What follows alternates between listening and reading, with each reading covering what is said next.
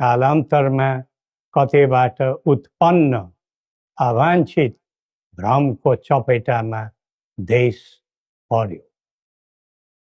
झन्डै 2 दशक अघि शान्ति ल्याउँछौँ र आर्थिक प्रगतितर्फ देशलाई लैजान्छौँ र स्थायित्व दिन्छौँ भनेर सत्तामा पुगेका दलहरूको चाहना अनुसार हामीले श्री पेच र राजदण्ड, जनताको नासो, जनताकै सुरक्षित संरक्षणमा बुझाइ सहयोगी नियतका साथ राजकाजबाट बाहिरै रहेको सर्वविदितै छ।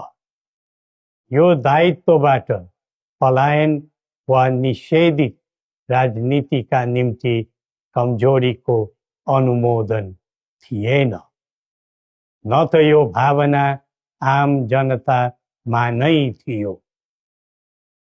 नारायणहिटी राजदरबारबाट हामी बाहिरिएको करिब 2 दशक बित्दा पनि देशले सामना गरिरहनु परेको सङ्कटले हामीलाई चिन्तित तुल्याएको छ।